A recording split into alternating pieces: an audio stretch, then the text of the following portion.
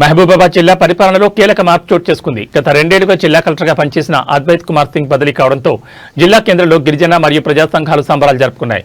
స్థానిక MRO centre వద్ద టపాసులు కాల్చి స్వీట్లు పంచుతూ తమ ఆనందాన్ని వ్యక్తం చేశాయి.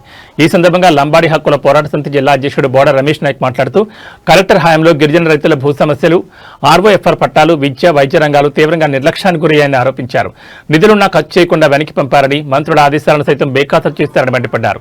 ఈ బదిలీ వేటు వేసిన ప్రభుత్వానికి కృతజ్ఞతలు తెలుపుతూనే కొత్తగా బాధ్యతలు స్వీకరించిన కలెక్టర్ స్నేహా శబరీష్ జిల్లా సమస్యలపై ప్రత్యేక దృష్టి సారించాలని కోరారు.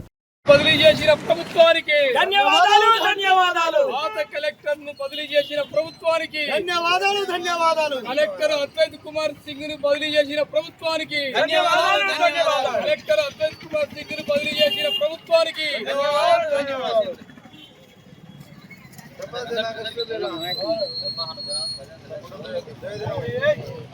రమేష్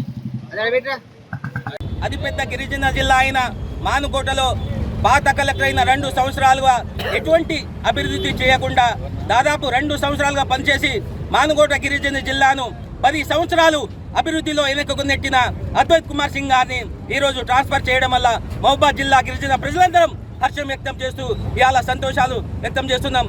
బాణసంచాలతో స్వీట్లు పంచుకుంటూ ఇవాళ గిరిజన జిల్లాలో ఉన్నటువంటి కలెక్టర్ను ట్రాన్స్ఫర్ చేసినందుకు ఇవాళ ప్రభుత్వానికి ధన్యవాదాలు తెలియజేస్తూ ఎంతో సంబరాలు చేసుకుంటున్నాం.